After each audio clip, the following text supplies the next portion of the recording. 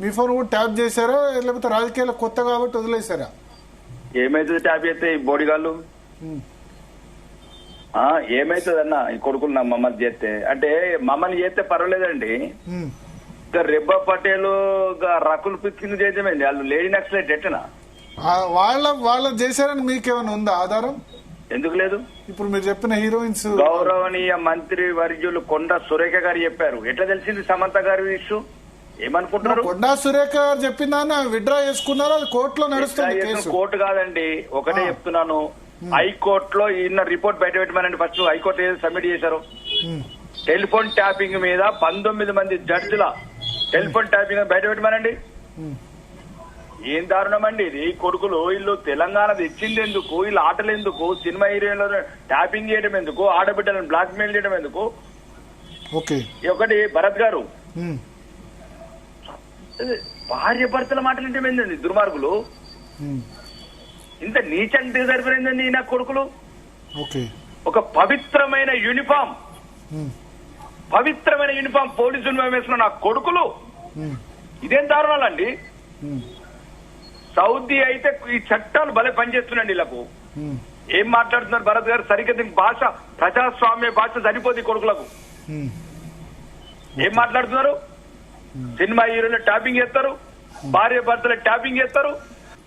ఒక ప్రజాస్వామ్య దేశంలో, ఒక ప్రశాంతంగా ఉన్న తెలంగాణలో ఈ అల్లకల్లోలం ఒక కుటుంబం గురించి జరిగిందండి. తెలంగాణ ప్రజలంతా వినాలా దయచేసి. మేము ఒక రాజకీయ నాయకుడిగా మాట్లాడతలేండి. ఒక ప్రశాంతమైన తెలంగాణ, ఎందుకంటే ఒక కల్లోలితమైన తెలంగాణ ఉండేది ఒకప్పుడు. కానీ మాకు తెలిసి 2001 నుంచి తెలంగాణ ఉద్యమం వచ్చిన తర్వాత బాగా తగ్గుతూ పోయింది. 2014 తర్వాత చిన్న సంఘటనలు అక్కడక్కడ అడపాదడప సంఘటన తప్ప ఇక్కడ ప్రశాంతంగా ఉందండి తెలంగాణ. ఒక్క కుటుంబం గురించి కొందరు దుర్మార్గులైన అధికారులు, దుర్మార్గులైన కులపిచ్చున్న విధవలు ఆ యూనిఫామ్ ని దుర్వినియోగం చేశారండి. నా బాధ అంతా ఏంటంటే ఆ పోలీస్ యూనిఫామ్ దుర్వినియోగం చేశారండి. అంటే వీళ్ళు ఏమైనా చేస్తారు ఆ యూనిఫామ్ ఉంటే. ఆ యూనిఫామ్ పరువు తీశారనే బాధ తప్ప. ఒకటి చెప్తున్నాను, హైకోర్టులో అఫిడవిట్ ప్రొడ్యూస్ చేశారండి. ఈ టెలిఫోన్ ట్యాపింగ్ ఇష్యూస్ లో ఎంతమంది జడ్జిలు అంటే అది డిస్క్లోజ్ చేయట్లేదు, ఇంకా సమస్యలు ఎక్కువ వస్తాయండి. దీన్ని మేము అందు గురించి అంటున్నాము. ఇప్పుడున్న కాంగ్రెస్ ప్రభుత్వాన్ని లోపాయికారి ఒప్పందాలు, లోపాయికారి బ్లాక్ మెయిల్స్ వదిలిపెట్టి సిబిఐకి ఇవ్వండి దీన్ని. అప్పుడు దీన్ని తాట తొలుస్తాం. నేను చెప్పేది ఇంకోటి కాదు. మేము ఇప్పుడు మీరు కావాలంటే సిబిఐ ఎందుకు ఇప్పుడు ఆల్రెడీ సిట్ చేస్తోంది కదా విచారణ 1.5 year గా. సిబిఐ ఎందుకు మళ్ళా దానిలో మీ యాంగిల్? మళ్ళీ నేనేమంటున్నానండి, సిట్ ఇంకా 3 ఏళ్ల దాకా చేస్తా ఉంటది. ఈ కాంగ్రెస్ ప్రభుత్వము కనుమరుగే వరకు చేస్తా ఉంటది. ఎందుకు అంత లేట్? 3 ఏళ్ల వరకు ఎందుకు చేస్తారు? అందాదే ఉంది కదా. ఇంకా కాళేశ్వరం ఇంకా మొదలే కాలేదు. ఇంకా 2 ఇంకా వాంగ్మూలాలు, మళ్ళీ కమిషన్ ఎక్స్టెన్షన్ మరొక 2 ఏళ్లు. ఈ టెలిఫోన్ ట్యాపింగ్ మనం మొదలు పెట్టిన నుంచి రేవంత్ రెడ్డి గారు ప్రమాణ స్వీకారం చేసినప్పటి నుంచి మొదలు పెట్టారు దుకాణము. ఎవ్రీథింగ్ ఇస్ వాళ్ళ దగ్గర రికార్డ్స్ ఉన్నాయి. రికార్డింగ్ అని వాళ్ళు రోజు ఇనుకుంటా మురిసిపోతున్నారండి. దాన్ని బట్టి బ్లాక్ మెయిల్ చేస్తున్నారు. గత ప్రభుత్వం ఎవరైతే ప్రధానమైన పాత్రలు ఉన్న యువరాజులు కావచ్చు, రాజులు కావచ్చు, రాష్ట్ర కుటుంబ సంబంధికులు కావచ్చు, అందరినీ లోపాయిక ఒప్పందాలు మీరు ఎంత సంపాదించుకుని దాంట్లోకి వెళ్ళివ్వండి. ఇదేందండి? నేను డబ్బు వేరండి, కానీ మొత్తం వ్యక్తుల అంటే నిజంగా చెప్పాలంటే భరత్ గారు, ఈ రోజు ప్రతి రాజకీయ నాయకుడు లేకపోతే హై ప్రొఫైల్ లేకపోతే ఒక లింకప్ అయిన అధికారులు కావచ్చు, జడ్జిలు కావచ్చు, సొంత భార్య భర్తలతో కూడా మాట్లాడాలంటే బాగా భయపడుతున్నారు. ఇది ఓన్లీ ఈ గత ప్రభుత్వం చేసిన దాష్టికాలు. దీని మీద ఈ టీవీ ఛానళ్ల చర్చలు ఇవన్నీ కాదు. కఠిన శిక్షలు పడాలంటే దీన్ని సిబిఐకి ఇవ్వాల్సిందే. 600 నెంబర్స్ ఒక నవంబర్లో ఎట్లా చేస్తారండి? నక్సలైట్లంతా నవంబర్లో వచ్చారా? అంటే నోటికి వచ్చింది చెప్తున్నారు, నోటికి వచ్చింది రాస్తున్నారు. క్లియర్ గా డిస్క్లోజ్ చేయని అఫిడవిట్ హైకోర్టులో ఉంది. 19 మంది జడ్జిలను రాశారల్లా. పరభాష నటిమనులు, మన కుటుంబ సభ్యులండి, మాత్రం బలహీనులు. ఏదో వాళ్ళ గురించి వాళ్ళు ఒక ప్రొఫైల్ క్రియేట్ చేసుకొని నినాక మొన్న ఇవన్నీ పార్క్ అయ్యే వీడియోస్ అన్ని తీస్తే ఇంకన్నీ బాగా పడతాయండి. ఈ రాష్ట్రం పర్ఫెక్ట్ గా సెట్ అవుతుంది. మీకు తెలియదు ఇవన్నీ. మీకు తెలిసినా గానీ ఈరోజు ఒకే ఆనెస్ట్ జర్నలిజం అని అనుకుంటున్నారు తప్ప మేము హీరోయిన్ ఏదో కాదు, మా చెల్లెందరి, మా కూతుర్లు, మా తల్లులు అనుకుంటున్నాం వాళ్ళని. అయితే ఇప్పుడు రాకేష్ రెడ్డి గారు అంటారు మేము తిహార్ జైలు రెడీ ఉంచామంటున్నారు సిబిఐకి ఇస్తే. అంటే తెలంగాణ భవిష్యత్తు గురించి చెప్తున్నాను భరత్ గారు, నేను తెలంగాణ భవిష్యత్తు గురించి. అది ఆయన స్థాయికి మించిన మాట, ఆ? అది ఆయన స్థాయికి మించిన మాట సార్. తీహార్ జైల్లోకి శరద్ గారు ఆయన ఇక్కడ కేసులు తిహార్ జైల్లో పెట్టరేమో, ఇక్కడ సిబిఐ అయితే నాకు స్థాయి కాదు, నేను ఒక ఎమ్మెల్యేగా మాట్లాడతలేను, ఒక లాయర్ గా మాట్లాడతలేను. ఒక భారతదేశంలో అంటే సెంట్రల్ గవర్నమెంట్ గురించి స్థాయి అంటే మీకు సోషల్ స్టేటస్ అని కాదు మాట్లాడేది, అఫీషియల్ కెపాసిటీ. చెప్పిందినండి, అడ్వకేట్ కావచ్చు. నేను శాసనసభ్యులుగా మాట్లాడతలేను, భారతదేశంలో ఒక సామాన్య పౌరుడుగా మాట్లాడుతున్నా శరత్ గారు. ఎమ్మెల్యేగా, లాయర్ గా, యాక్టర్ గా, రాజకీయ నాయకుడిగా మాట్లాడతలేను. తెలంగాణలో భార్య భర్తలు మాట్లాడటానికి భయపడే స్థితి తీసుకొచ్చిన నా కొడుకులని శిక్షించాలని కోరుకుంటున్నా. ఇది లాంగ్వేజ్, మీరు చదువుకుంటే ఉన్నతమైన భాష మాట్లాడండి. మేము సామాన్య ప్రజలం, పల్లెటూరు ప్రజలం. మా బతుకుల మధ్యన, మా సంసారాల మధ్యన నిప్పులు పోసిన నా కొడుకులకు సరైన శిక్ష ఇవ్వాలని కోరుకుంటున్నాం. భరత్ గారు, పల్లెటూరు ప్రజలు వ్యవసాయ కుటుంబాలకు వచ్చిన మీలాగా ఉన్నతమైన చదువులు చదవలేదు, మీలాగా యూనివర్సిటీ శరత్ గారు ఉండండి. కానీ మాకు వ్యక్తిగత గోప్యత ఉంది. వ్యక్తిగత గోప్యతకు సమాజానికి ఏం సంబంధం అండి? మీ చదువు కరెక్ట్ లేదు సార్, మీకు మాకేం సంబంధం? వ్యక్తిగత గోప్యత ప్రపంచంలో అన్నిటికన్నా విలువైనది. ఎవరు చెప్తారో చెప్పమని. ఏం చదువులు ఇవి? రాకేష్ గారు, మీ లాంగ్వేజ్ పట్ల అభ్యంతరం వ్యక్తం చేస్తున్నారు శరత్ గారు. ఏమంటున్నానండి, మేమచ్చిన భాష, మేమచ్చిన పల్లెటూర్లు, మేమచ్చిన ఆయన శరత్ గారు గౌరవనీయ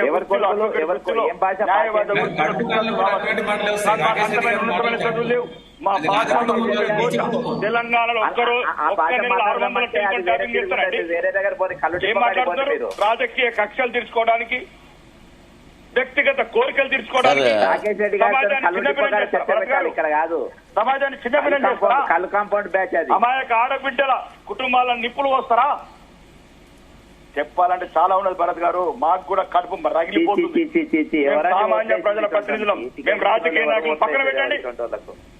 wear only Telangana common person. నేను ఏమంటున్నానండి? కోర్టు న్యాయాలు, చట్టాలు 2 సంవత్సరాలు అయింది. వేల కొద్ది టేపులు ఉన్నాయి. ఒక్కొక్కడు ఇంటున్నాడు, ఒక్కొక్కడు ఎంజాయ్ చేస్తున్నాడు టేపులు ఎన్నుకుంటా. ఏంది భరత్ గారు ఇది? సామాన్యుడికి రక్షణ లేని రాష్ట్రం ఎందుకు అంటే మేము తెచ్చుకున్నది? దొరలకు ఊడిగం చేస్తుంది కానీ కొడుకులు యూనిఫామ్ వేసుకున్నది. ఏం మాట్లాడద్దా? అద్దా? మేము హైదరాబాద్ లో ఉన్నతమైన చదువులు చదివి మంచి మంచి భోజనాలు చేసుకుంటే మేము బతకలేదండి. పల్లెటూర్లల్లా కష్టాలు, కన్నీళ్లు, రక్తాన్ని మరిగిచ్చే స్థితికి వచ్చినాం. ఇంత పెట్టండి, రాజకీయ నాయకుడు ఎమ్మెల్యే పక్కన పెట్టండి. మీరు చదువుకుంటే ఉన్నతమైన చదువు చదివినట్టు దీనికి చెప్పానండి. వేల కొద్ది టేపులు పడున్నాయడ, వేల కొద్ది రికార్డులు పడున్నాయి. 2 సంవత్సరాలు అవుతుందండి. ఒక 19 నెలలు అవుతుంది. ఇన్నోడు ఇంటూనే ఉన్నాడు, నవ్వుపెట్టోడు నవ్వుతూనే ఉన్నాడు. దాన్ని బ్లాక్ మెయిల్ చేసుకుంటా మళ్ళీ ఇప్పుడున్న అధికారులు మళ్ళీ డబ్బు చేసుకుంటున్నారు. భరత్ గారు, మీ రికార్డింగ్ ఉందనుకుంటా. ఇప్పటి వరకు ఒక రాజ కుటుంబం ఏంటది. ఇప్పుడు ప్రతి ఒక్కరు కొత్త వచ్చిన యూనిఫామ్ వేసుకున్నా వింటున్నాడు. నేనేం చెప్తున్నాను భరత్ గారు? సామాన్య ప్రజల ఘోష చెప్తున్నా, తెలంగాణ భవిష్యత్తు చెప్తున్నా, ఈ కొడుకులకు భయం కలగాలని చెప్తున్నా. వారి రాంగ్ అడుగుతాం, సమాజాన్ని నిగ్గదీసి అడుగుతాం. తప్పేముందండి? నిగ్గదీసి అడుగుతాం. ఏ చట్ట ముసుగుల, న్యాయం ముసుగుల, కోర్టుల ముసుగుల ఎన్నొద్దులు తప్పించుకుంటారా మీరు? ఎన్నొద్దులు తప్పించుకుంటారా మీరు? ఎన్నొద్దులు విదేశాలు తాగుంటారా మీరు? ఎన్నొద్దులు తాగుంటారా మీరు విదేశాలల్లా? ఎన్ని రోజులు తాగుంటారు? ఎన్ని వేల కుటుంబాల చిచ్చు పెట్టారు? ఇప్పుడు వచ్చారు కదా, ఇప్పుడు వచ్చేసారు. ప్రభాకర్ రావు వచ్చేసారు కదా, ఇప్పుడు ఎవరు లేరు. ప్రభాకర్ రావు, రాకేష్ రెడ్డి, ఆర్రెడ్డి, కేసీఆర్ పక్కన పెట్టండి. తెలంగాణ సంవత్సరం పవిత్రంగా ఉండాలి. తెలంగాణ భవిష్యత్తు రాష్ట్రం. 1200 మంది బిడ్డ మింగేసిండ్రు. ఎవరు మింగిస్తారు? అది కంఫర్టబుల్ గా లేకుండా ఈ రోజు నువ్వు ఎవరు చెప్తే మేము రోడ్ ఎక్కినాం? నువ్వు ఈ రోజు నన్ను రెచ్చగొట్టిన మేధావి ఎక్కడ పోయి నేను అడుగుతున్నా సార్. నేను చౌరస్తాలు ఉన్నా, నన్ను రెచ్చగొట్టిన మేధావి ఎక్కడ పోయిండు? నన్ను కిరోసిన్ పోసి తెలంగాణ కోసం మీరు ప్రాణాలైన అర్పించానని చెప్పిన నాకు ఎక్కడ పోయింది? ఈ రోజు ఏడ దాచుకున్నారు వాళ్ళు? మా నిప్పుల కొలమిల, మా త్యాగాల నిప్పుల కొలమిల చలికాచుకుంటుండ్రు సార్ ఈ రోజు మేధావులు. పదవుల కోసము సరే ఇక మేధావులు అంటే అటువైపు మేధావులు ఉంటారు, ఇటువైపు మేధావులు ఉంటారు. అక్కడ అనుభవించిన వాళ్ళు పదవులు సిండికేట్ ఇక్కడ. మేధావులు సార్, మేధావులలో కూడా సిండికేట్లు వేయాలా? మేధావులు దాల్చు అని సిండికేట్ పదవి వద్దు అన్నది ఎవరికి? పదవి చేదు ఎవరికి? జడ్సన్ గారు ఎవరికైనా అంతే కదా. అంతే కదా సార్. మనం ఎందుకు చెప్పాలి సార్? త్యాగాలు చేసుకొని మా పిల్లల్ని చచ్చిపోకపోతురు కదా సార్ అట్లా అంటే పదవి త్యాగం చేసిన వాళ్ళు ఉన్నారు. తెలంగాణ ఉద్యమ సమయంలో ఎమ్మెల్యే పదవికి, ఎంపీ పదవికి రాజీనామా చేసి మళ్ళీ గెలిచిన వాళ్ళు ఉన్నారు. పూర్తిగా కాదు కానీ కొండా లక్ష్మణ్ బాపూజీ మంత్రి పదవి త్యాగం చేశారు. తర్వాత కొంతమంది బీఆర్ఎస్ ఎమ్మెల్యేలు వాళ్ళు రిజైన్, బీజేపీ ఎమ్మెల్యే అక్కడ ఎండ లక్ష్మీనారాయణ నిజామాబాద్ లో అట్లా రిజైన్ చేసిన వాళ్ళు ఉన్నారు, త్యాగం చేసిన వాళ్ళు ఉన్నారు. నాగం జనార్దన్ రెడ్డి వాళ్ళందరూ కూడా రిజైన్ చేసిన వాళ్ళు ఉన్నారు. వాళ్ళకు పదవులు రాలేదు, అది వేరే సంగతి. వాళ్ళంతా త్యాగమూర్తులు, నేను ఒప్పుకుంటా. వాళ్ళంతా త్యాగమూర్తులు. ఈ రోజు బడ్జెట్ తో ఏర్పడ్డ తెలంగాణ అప్పుల పాలైంది. మేధావులు మాట్లాడాలి సార్. ఒక మంచి క్వశ్చన్ అడిగి చెప్పింది ఇందాక శరత్ కుమార్ గారు. అరుణ్ గారు మీకు ఇస్తాను అవకాశం. ఒక్కసారి జడ్సన్ గారు కంప్లీట్ అయింది. లాస్ట్ సార్, సిట్ కోసము మీరు గ్రూప్ 1 కోసం సిట్ చేసింది కదా. సిట్ ఏమైందో టెలిఫోన్ ట్యాపింగ్ కూడా అదే అవుతుంది. గ్రూప్ 1 ఎగ్జామ్ సిట్ రిపోర్ట్ ఏమైందో టెలిఫోన్ ట్యాపింగ్ కూడా అదే అవుతుంది. అంతకుమించి ఏం కాదు. కాళేశ్వరం కూడా ఏం కాదు, రాసుకోండి మీరు. మళ్ళీ డిబేట్ పెట్టుకున్నాను దీని మీద. కాంప్రమైజ్ అయిపోతారా సార్? కాంప్రమైజ్ అయిద్దా అందరి మధ్య? ఏం కాదు సార్, ఏం కాదు. వాళ్ళు కొట్టినట్టు చేస్తారు, వీళ్ళు ఏడ్చినట్టు చేస్తారు, అంతే. ఏం కాదు. అదే నవీన్ అంటే బెదిరించడానికే ఎందుకు అసలు? లేకపోతే బయటకే తీసుకురాకపోతే అయిపోద్ది కదా సార్. బెదిరించడానిక ఎందుకు అంటారు మరి? ఇది సిట్టు విచారణ ఇదంతా కూడా సార్. ఫోన్ క్లియర్ లేదు సార్, సరిగిన వార్త లేదు. బెదిరించడానిక ఎందుకు అంటున్నా? ఒకసారి పీసీఆర్ మళ్ళీ కలపండి బక్క జడ్సన్ గారికి. ఎస్ అరుణ్ గారు మీరు ఏదో చెప్పాలనుకుంటారు. ఎస్ సార్, కేరళ ఫిల్మ్ ఇండస్ట్రీలో మీటూ ఉద్యమం ఒకటి స్టార్ట్ అయ్యి ఒక డైరెక్టర్ లోపలికి వెళ్ళి రావడం జరిగింది. అదే విధంగా ఇక్కడ కూడా ఖచ్చితంగా ఒక 0 ఎఫ్ఐఆర్ చేసి ఆ హీరోయిన్లను ఎవరైతే ఫిల్మ్ ఇండస్ట్రీలో ఇబ్బంది పడ్డారో, ఇదే కాకుండా కరీంనగర్ నుంచి ఒక వసతి గృహం నుంచి కూడా కొంతమంది అమ్మాయిలను తీసుకొచ్చిన ఆరోపణలు ఉన్నాయి. వాళ్ళందరినీ కూడా విచారించాలంటే ఖచ్చితంగా ఒక 0 ఎఫ్ఐఆర్ చేయాల్సిందే. ఇంకో ఎఫ్ఐఆర్ మీద ఇన్వెస్టిగేషన్ చేయాల్సిందే. దానికి సరైన ఏర్పాట్లు నేను చేసే ప్రయత్నంలో ఉన్నా సార్. ఖచ్చితంగా సక్సెస్ అవుతాను నేను అనుకుంటున్నా. ప్రతి దాని మీద ఇన్వెస్టిగేషన్ మీద మనం మొదటనే అనుమానాలు వ్యక్తం చేస్తే మనం చేయగలిగేది అయితే ఏం లేదు. ఆకాశం నుంచి అయితే ఊడిపడారు కదా సిబిఐలో ఉన్న వాళ్ళు, కానీ లేకపోతే వేరే ఇన్వెస్టిగేషన్ ఏజెన్సీకి ఇచ్చినా కూడా వాళ్ళు కూడా మనుషులే కదా. ఓకే, బక్క జడ్సన్ గారు మీరు అంటారు ఇందాక ఎందుకు ఏమీ కాదు అంటారు. ఎందుకు కాదు అంటారా? దీన్ని దేనికి యూజ్ చేసుకుంటారు? ఇప్పుడు తిట్టినట్టు చేస్తే కొట్టినట్టు చేస్తే బదులు అసలు ఫోన్ ట్యాపింగ్ ఇష్యూ మీద ఈ హార్డ్ డిస్క్ ధ్వంసమైంది, లేకపోతే విచారణ సిట్ ఏర్పాటు చేయకపోతే అయిపోద్ది కదా అంటారా? బయటికి తీసుకొచ్చి ఎందుకు అట్లా చేస్తారు? ఇప్పుడు రేవంత్ రెడ్డికి ఒక ఆపర్చునిటీ ఇది. గ్రూప్ 1 మీద మన సిట్ అయింది. ఏది మన సిట్ వేసిండ్రు 2022లో. అందులో ఎంతమంది జైలుకు పంపిండ్రు, ఎంతమంది జైలుకు పోయిండ్రు, ఏమైంది? 2016 పేపర్ లీక్ అయింది, అదేమైంది?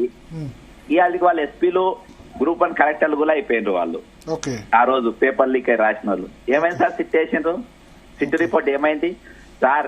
నిజంగా నేను చెప్తున్నా, ఎప్పుడైతే కొత్తగూడ శ్రీనివాస్ రెడ్డి గారు ట్రాన్స్ఫర్ అయిందో ఆ రోజే అర్థమైపోయింది కేసు ఇస్ క్లోజ్డ్ అని.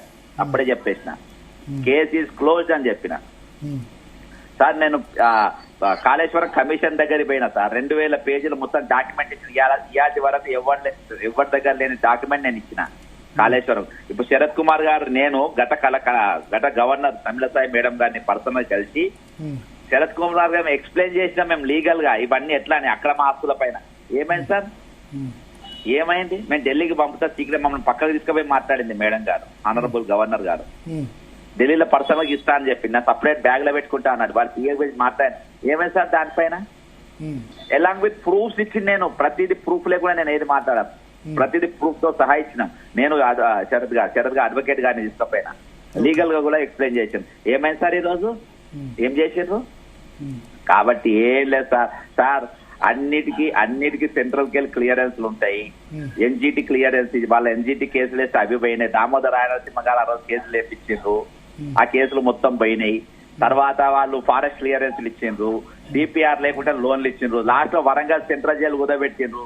ఇక్కడ లోన్ ఇవ్వకుండా బ్యాంక్ ఆఫ్ పూణేలో లోన్ ఇప్పించిండ్రు వీళ్ళు. ఏడ సార్ ఏడున్నది? అన్ని వీళ్ళే అంటారు. కాబట్టి అందరికి డబ్బులు కావాలి, అది తెలంగాణ అల్కగా దొరికింది, వీళ్ళు కొట్టాడి తెచ్చుకున్న తెలంగాణ, మనం ఏం చేసినా వాళ్ళు అడగలేకపోతుండ్రు. ఈరోజు జనాలు అడగలేకపోతుండ్రు. మేము కొట్టాడి తెచ్చుకున్నాం కదా, మేము రోడ్డు మీద పడితే మా పరుగు పోతుంది అని చెప్పి తాగి పడుకుంటుండ్రు. తెలంగాణ వచ్చినాక ఈరోజు తాగుడు పెరిగింది సార్, మీరు చూడండి రేట్లు, తాగుడు భయంకరంగా పెరిగింది. ఎప్పుడైతే మేధావి అడగలేకపోతాడో, ప్రశ్నించోడు అడగలేకపోతాడు, తాగి పండుకుంటాడు.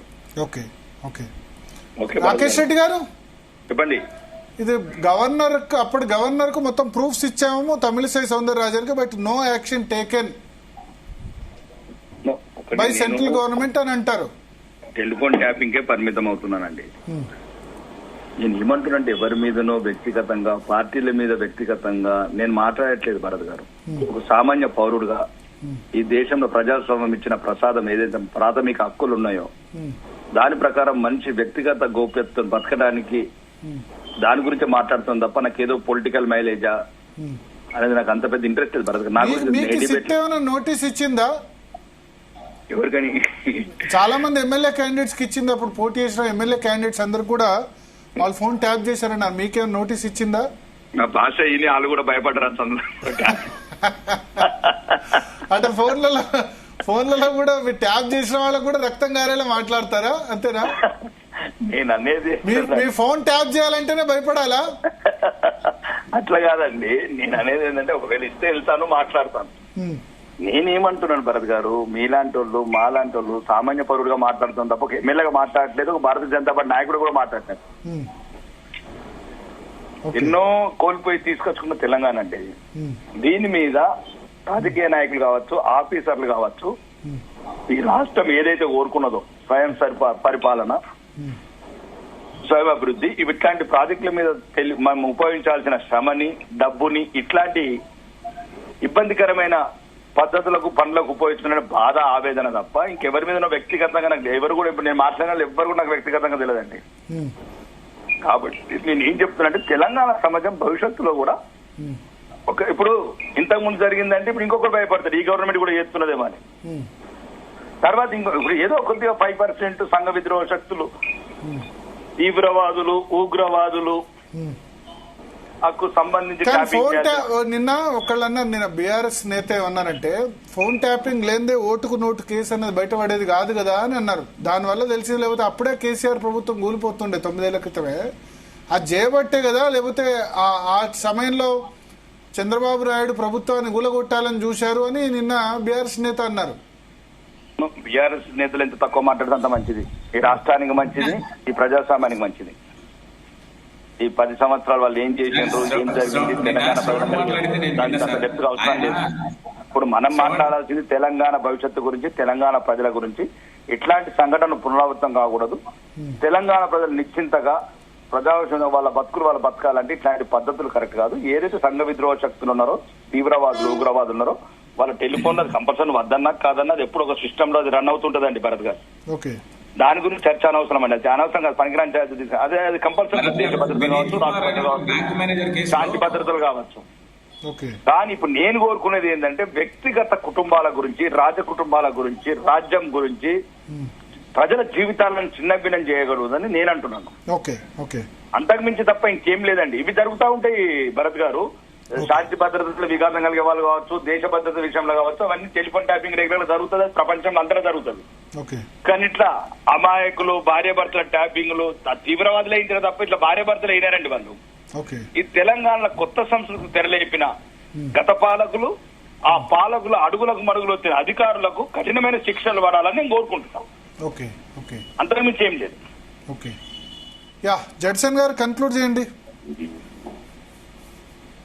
బక్కా జడ్సన్ గారు ఫైనల్ గా ఏం చెప్తారు? మీరు ముందే చెప్పేశారు ఇదేమి కాదు, అయ్యే ఊదు కాలేదు లేవదు అని. అంటే కొంచెము ఫీల్ మీద ఉంటున్నా సార్. ఇప్పుడు కూడా కాంగ్రెస్ పార్టీలో 34 ఏళ్ళు సస్పెండ్ అయినా ఎందుకు అన్కాంప్రమైజ్ చేసుకుంటూ రాష్ట్రం. ఎవడు పడితే వాడు ట్యాపింగ్లు, ఎవడు పడితే వాడు బ్లాక్ మెయిల్ ఇది చేసుకోండి కదా మేము రాష్ట్రం తెచ్చుకున్నది. చట్టాలు న్యాయాలని చెప్పుకుంటా మళ్ళా సొల్లు మాటలు మాట్లాడుతుంది కదా మేము తెచ్చుకున్నది రాష్ట్రం. 1200 బిడ్డ మీద ఆకాశంలో ఎదురు చూస్తున్నది రాష్ట్రం సుభిక్షం అవుతుందని. అభివృద్ధి ఒక్క వైపు అవుతుంది. ఇట్లాంటి పనులు అండి రాష్ట్రంలో. టెలిఫోన్ ట్యాపింగ్ మీద మేము వేలాది మంది ఆఫీసర్లు పెట్టాలా, లక్షలాది పేపర్లు మేము రికార్డు చేయాలా, విదేశాలకు వెళ్ళి తిప్పేందుకు మా శక్తి యుక్తులన్నీ మేము ఒకటి భరత్ గారు మా శక్తి యుక్తులన్నీ రాష్ట్ర ప్రభుత్వ శక్తి యుక్తులన్నీ ఈ రోజు తెలంగాణ సమాజానికి ఉపయోగపడాలా, తెలంగాణ పేదరికానికి ఉపయోగపడాలా, తెలంగాణ నిరుద్యోగానికి ఉపయోగపడాలా, తెలంగాణ రైతులకు ఉపయోగపడాలా. మేము మా శక్తి మా డబ్బు తెలంగాణ డబ్బు అంతా సుప్రీంకోర్టు కొట్లాడాలా. మేము ముద్దాయిలని ఇండియా రఫీమని ఏం మాట్లాడుతున్నారు భరత్ గారు? రక్తం మరిగిపోతున్నది, రక్తం మరిగిపోతున్నది. ప్రతి ఒక్కరు మా బిడ్డలను చంపిర్రు, ప్రతి ఒక్కరు మా బిడ్డలను చంపిర్రు, రెచ్చగొట్టిండ్రు, నీళ్ళన్నారు, నిధులన్నీ కొడుకులు. మా శక్తి మా అధికారులు ఇప్పుడు సిట్టున్నదండి. ఎంతమంది అధికారులు అండి? వాళ్ళు ఒకళ్ళు ఐపీఎస్ చేశారు, పెద్ద పెద్ద ఉన్నతమైన చదువులు, వాళ్ళు ఈ పనికిరాని పనులక ఇదామా న్యాయ విద్య నేర్పింది మాకు. తెలంగాణ ఒకటి 29 రాష్ట్రాలకు చరిత్ర ఉంది భరత్ గారు. తెలంగాణకి ఇంకొక చరిత్ర ఉంది, రక్త చరిత్ర ఉంది, కన్నీళ్ల చరిత్ర ఉంది, కడుపు కోతల చరిత్ర కంటే ఉద్యమాల చరిత్ర ఉంది. నేను అదే చెప్తున్నానండి. తెలంగాణ మామూలు తెలంగాణ కాదండి, ఇది రక్త తర్పణ తెలంగాణ. బుల్లెట్ గుండ్లు దీని 1960 360 బిడ్డలు నేల కొరిగిన నేల. ఈ రాజ కుటుంబము, రాజకీయ నాయకులు, ఈ న్యాయవాదులు వీళ్ళకి రాలేదండి తెలంగాణ. ఒక్కొక్కరి గురించి మేము సుప్రీంకోర్టు లాయర్లు పెడితే 20 లక్షల ఫీజు కట్టాలా. ఎవరిదండి ఈ 20 లక్షలు? మేము ఆసిఫాబాద్ ల గిరిజన బిడ్డలకు హాస్టల్ కల్పిస్తామండి, మా ఆడ బిడ్డలకు ఉద్యోగాలు కల్పిస్తామండి. ఇలా మేము చేయాల్సింది తెలంగాణ రాష్ట్రం. ఈరోజు ఎవరు అడుగుడు? చచ్చిపోయిన బిడ్డల ఆకాశం, గజ్జగట్టిన కళాకారులు, గద్దరం లాంటి వాళ్ళు కనుమరుగైపోయారు. మా తరపున ఎవరు పోరాడతారండి? ఇక మళ్ళా ఈ సోషల్ ఇట్లాంటి ఛానళ్లలో డిబేట్లలో సొల్లు మాటలు దేనికండి? ఇది లక్షల కొద్ది పేపర్లు ఉన్నాయి, వేల కొద్ది టేపులు ఉన్నాయి భరత్ గారు. ఒక్కడు న్యాయం చేసేటోడు లేడు. సరదాగా నవ్వుకుంటున్నారు, సినిమా హీరోయిన్ అంటే నవ్వుకుంటున్నారు, రాజకీయాలు నవ్వుకుంటారు. నిన్న కాకుండా ఒక రాజకీయ అంటే నా భార్య ఎవరి భార్య తినలేదండి నా కొడుకులు. ఎందుకండి? నేను ఎక్కడే చెప్తున్నా, ఆవేదనతో చెప్తున్నా. ఎవరు రాజకీయం ఏంటంటే ఇవాళ ఉంటుంది రేపు పోతుంది, ఇవాళ ఉంటాం రేపు పోతామండి. రాజకీయాలు పక్కన పెట్టండి. BJP, Congress, BRS. తెలంగాణ సమాజానికి మనశ్శాంతి కావాలా, ఒక ధైర్యం కావాలా. మా బతుకులు అంటే ఇట్లా ప్రతి వర్గం కూడా భయపడాలా అండి. టెలిఫోన్ టాపిక్ భార్య భర్తలు కూడా భయపడాలా, బెడ్రూమ్ లో కూడా భయపడాలా, పూజ మందిరంలో కూడా భయపడాలా. ఈ కొడుకులు నేను అదే చెప్తున్నానండి. మా శక్తియుక్తులు తెలంగాణ రాష్ట్రం అంటే ఆఫీసర్స్ కావచ్చు, రాజకీయ నాయకులు. కానీ ఇప్పుడు కొద్దిమంది క్వశ్చన్ చేస్తారు, మరి కేంద్ర ప్రభుత్వంలో చేసిన వాళ్ళని కూడా వాళ్ళ మీద కూడా ఇదే భాష వాడొచ్చా అంటే? అదే బరాబర్ మాట్లాడతాం, కేంద్ర ప్రభుత్వం మాట్లాడతాం, జమ్మూ కాశ్మీర్ మాట్లాడతాం. ఈ రోజు జూన్ 25, 1900 స్పైవేర్ యూజ్ చేసిన వాళ్ళ గురించి కూడా ఇదే చెప్తున్నారు భరత్. వాళ్ళకు కూడా ఇదే వర్తిస్తుందా పెగాసస్? భరత్ 1990 జూన్ 25 రోజు గిరిజన అమ్మాయిని జమ్మూ కాశ్మీర్ లో ఒక 20 మంది ముస్లింలు రేప్ చేసి ఈ రోజు 2 పీసులు చేశారు సామిల మీద. అది కూడా మాట్లాడతాం. ఇదే రోజు జూన్ 25, 1990 గిరిజన లూకేన్ అమ్మాయిని 20 మంది మానభంగం చేసి రంపం మీద 2 తుకులు చేశారు. దాని గురించి చరిత్ర చాలా ఉన్నాయండి. కేంద్రం నుంచి మాట్లాడదామా, జార్ఖండ్ గురించి మాట్లాడదామా, బొంబాయి గురించి మాట్లాడదాం, ప్రతి సబ్జెక్ట్ మీద మాట్లాడతాం. ఇప్పుడు దయచేసి తెలంగాణ సమాజం గురించే మాట్లాడాలా, తెలంగాణ రాష్ట్రం గురించే మాట్లాడాలా, తెలంగాణ టెలిఫోన్ టాపిక్ గురించే మాట్లాడాలా, ఎవరెవరైతే ఇన్వాల్వ్ వారి గురించే మాట్లాడాలా. ఇవన్నీ ఒక ఎత్తు. భవిష్యత్తులో తెలంగాణ మేము ఉంటాం, పోతాం. తెలంగాణ ఉంటుంది, తెలంగాణలో మనుషులు ఉంటారు, వాళ్ళు ఒక ధైర్యంతో ఉండాలా, ప్రశాంతంగా ఉండాలా. భార్య భర్తలు కూడా బంధం మీద భయపడే రోజు ఉండొద్దని నేను కోరుకుంటున్నాను. వేరే రాష్ట్రాలకు వెళ్ళొచ్చిన హీరోయిన్లు భయపడొద్దని నేను కోరుకుంటున్నాను. రాజకీయ నాయకులు ప్రజాస్వామ్యయుతంగా రాజకీయాలు చేస్తున్న నేను అంటున్నా. రాజకీయ నాయకులు కూడా భయం ఎందుకు పడాలండి? ఏ నా కొడుకు భయపడాలా? ప్రజాస్వామ్యయుతంలో ఏ పార్టీ అయినా జెండా ఎత్తచ్చు, ఏ జెండా అయినా పోటీ చేయొచ్చు. ఇదేందండి? ఎవరు మాట్లాడేది మాటలు? ప్రజాస్వామ్యం అన్నప్పుడు భరత్ గారు ఏ పార్టీలో పోటీ చేయొచ్చు, ఏ నాయకుడు తన ప్రణాళిక ప్రకారం ముందుకెళ్లొచ్చు. ప్రతి అడుగడుగున ఆంక్షలు పెట్టారండి. అంతకు మించి ఏం లేదండి. ఒకసారి బక్క జడ్సన్ గారిని అడుగుదాం. జడ్సన్ గారు, ఎందుకు ఆబ్జెక్ట్ చేశారు మీరు రాకేష్ రెడ్డి గారి వ్యాఖ్యలు? ఆయన నేను ఆవేదనతో చెప్తున్నాను అంటున్నారు. భార్యాభర్తల మధ్య సంభాషణ విన్న వాళ్ళని ఏమనాలి అంటున్నారు. కాదు సార్, ఒకటి చెప్తా. ఈ రోజు వాళ్ళ అధికారంలో ఉన్నారు కేంద్రంలో. రాష్ట్రంలో వాళ్ళ అధికారం అంటే షాడో అధికారంలో ఈ రోజు వాళ్ళు ఏమన్నా చేయగలుగుతారంటే వాళ్ళు చేయగలుగుతారు వాళ్ళు. ఈ రోజు వాళ్ళు వీటిపైన అఫ్కోర్స్ నేను ఏమనలేను, ఎందుకంటే చాలా మంది ఆర్థిక నేరగాలు దేశం దాటిపోతేనే వాళ్ళు బతకరాలేకపోయినారు. నాకు వాళ్ళ పైన ప్రగాఢ సానుభూతి ఉంది. ఆ ఆక్రోశంతోనే ఉన్నారు కావచ్చు. ఆల్రెడీ ఆర్థిక నేరగాలు నీరవ్ మోడీ లాగా పారిపోతేనే ఆయన నల్ల డబ్బు తీసుకొస్తా అన్నోడు నల్ల దొంగలనే ఇప్పటిదాకా తీసుకురాలేకపోయినారు. నల్ల దొంగలను ఇప్పటిదాకా అంతకు మించి వాళ్ళు ఏం చేయగలుగుతారు సిండికేట్ మెంబర్లలో. రాకేష్ రెడ్డి గారు ఏంటంటే ఆయన ఫ్యూచర్ బాగుంది, మంచి. ఇప్పుడు ఆయన పక్కనే ఒక ఎమ్మెల్యే ఉన్నారు, కామారెడ్డి ఎమ్మెల్యే. ఆయన భాష ఎంత బాగుంటది, ఆయనతో గంటసేపు గారు, ఎందుకంటే ఆయనతో పర్సన్ కలవాలని కూడా ఉంది. అట్లుండాలి. ఎమోషనల్ గా మాట్లాడితే నేను కూడా ఫ్రీగా అంటే పోలరైజేషన్ అయితే నాకు దిక్కేస్తారనే భాష మాట్లాడతారు. నేను చాలాసార్లు అబ్జర్వ్ చేసిన. ఆయనకు ఇప్పుడు కాదు, ఫ్యూచర్ లో అయినా భాష మార్చుకుంటే మంచి నాయకుడు అవుతారు. లేకుంటే చాలా మంది మర్చిపోయినాం, అట్లా ఇద్దరు కూడా మర్చిపోతాం. అంతగా పరకేం పడదు. కానీ మనం ఎప్పుడు సబ్జెక్ట్ మీద మాట్లాడలేదు, సబ్జెక్ట్ ఓరియంటెడ్ గా మనం మాట్లాడితే అంటే నాకు తెలిసిందంటే ఇప్పుడు ముఖ్యమంత్రి మాజీ ముఖ్యమంత్రి భాషలు కూడా అట్లే ఉన్నాయి కదా, భాషలు అట్లా మాట్లాడితేనే ముఖ్యమంత్రులు అవుతున్నారు. అయితే సార్ ముఖ్యమంత్రి మాజీ ముఖ్యమంత్రి తెలంగాణ ఏర్పడ్డాక సార్ మన ఆత్మగౌరవం వాళ్ళు వ్యక్తిగత స్వార్థ గురించి మాట్లాడిన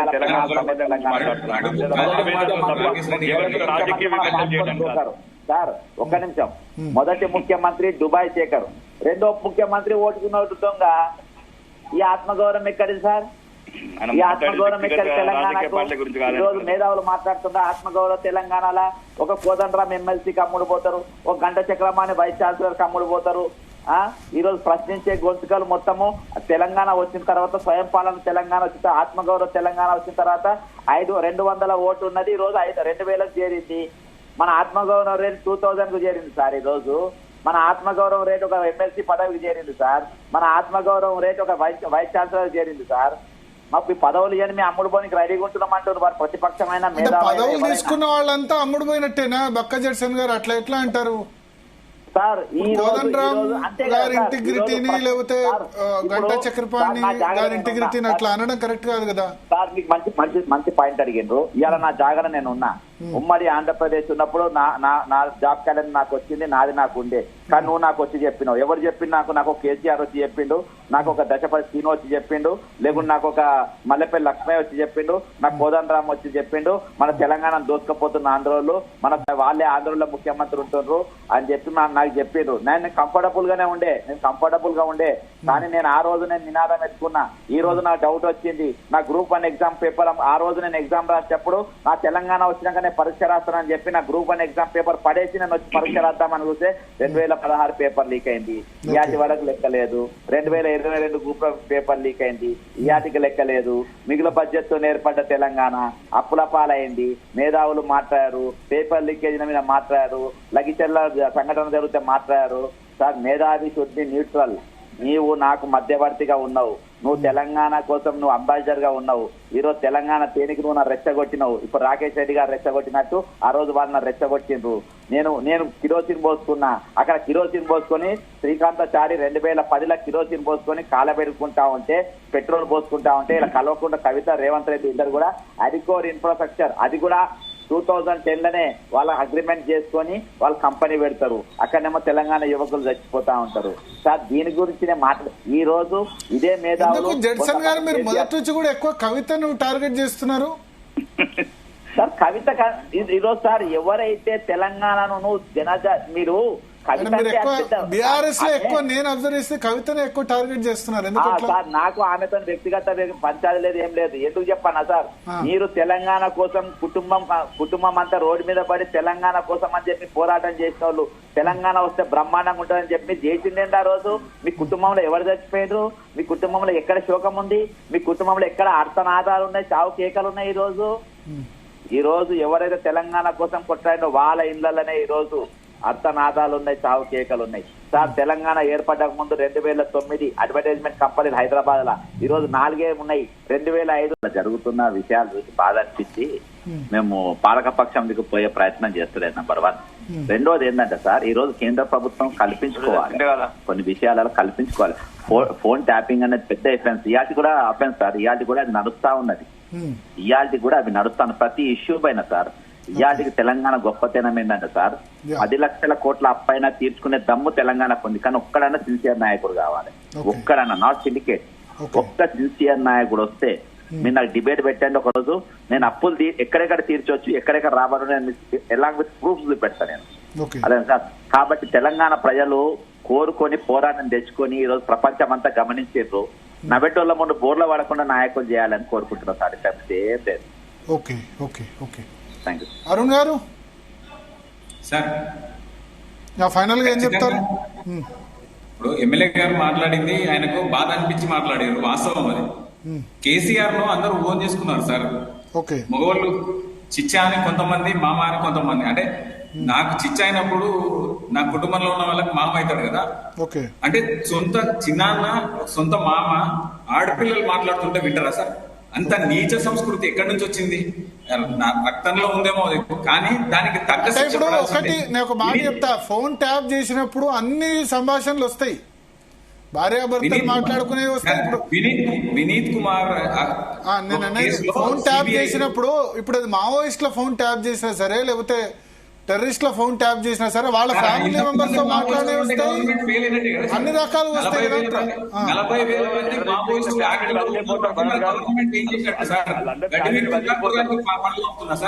రాకేష్ రెడ్డి గారు చెప్తున్నారు. రాకేష్ రెడ్డి గారు, మీరు అనేది ఏదైతే తీవ్రవాద భావజాలం ఉన్న వాళ్ళు కావచ్చు, తీవ్రవాద సంస్థలలో ఉన్న వాళ్ళు కావచ్చు, దయచేసి 99% ఫ్యామిలీస్ సంబంధాలు పెట్టుకోరు భరత్ గారు. మీరు ఒక ఇంటలెక్చువల్ జర్నలిస్ట్ గారు. మీరు ఇప్పుడు మనం నిన్నగా మావోయిస్ట్ సింపథైజర్స్ పేరు మీద చేశారు. మావోయిస్ట్ సింపథైజర్స్ అందరికీ ఫ్యామిలీస్ ఉన్నాయి. మీరు వరవరరావుకు ఫ్యామిలీ లేదా? గద్దర్ కు ఫ్యామిలీ లేదా? వరవరరావుకు ఫ్యామిలీ లేదా? తెలంగాణ వచ్చిన తర్వాత మావోయిస్ట్ సింపథైజర్స్ ఫోన్ ట్యాప్ చేశారు. అందరికి ఫ్యామిలీ ఉంది, వరవరరావుకు ఫ్యామిలీ ఉంది. మీరు చూడండి, గద్దర్ ఫ్యామిలీ ఉంది, కూతురు కొడుకు ఉన్నారు. ఒకటే 1 month లో 600 మంది టెల్ ట్యాపింగ్ చేసినట్టు. 600 కాదట, ఇప్పుడు 4,000 అంటున్నారు. చెప్తున్నా, కాంటెస్టెడ్ ఎమ్మెల్యేలు వాళ్ళు మావోయిస్టులు కారండి. ఎవరు ఇప్పుడు రాజకీయ నేతల ఫోన్లు ట్యాప్ చేసినప్పుడు ఏమైతుందంటే పొలిటికల్ ఇంటెలిజెన్స్ గురించి వాళ్ళు ట్యాప్ చేస్తారు. యాక్చువల్ ఏంటంటే రాజకీయ నాయకులు డబ్బు జనరల్ గా నేను చెప్తాను, జరిగింది ఏంటంటే నవంబర్ లో ఈ అధికార పార్టీ ఒక్క నిమిషం అధికార పార్టీ ఏం చేస్తుందంటే ఎలక్షన్స్ లో బై ఎలక్షన్స్ వచ్చినప్పుడు తమ పైసలేమో వంచాలి, ఎదుటి పార్టీ పైసలు అడ్డుకోవాలి. ఈ ప్రక్రియలో భాగంగా ట్యాపింగ్ చేస్తారు. చేసినప్పుడు ఇప్పుడు రాజకీయ నాయకులకు కూడా ఫ్యామిలీస్ ఉంటాయి కదా, వాళ్ళ భార్యకు ఫోన్ చేసి ఇక్కడున్నా వస్తున్నా లేదా ఇవన్నీ కూడా ట్యాప్ అవుతాయి. ట్యాపింగ్ అంటే ఒక ఫోన్ అది ఇది కాదు, ఇక ప్రతి కాల్ రికార్డ్ అవుద్ది.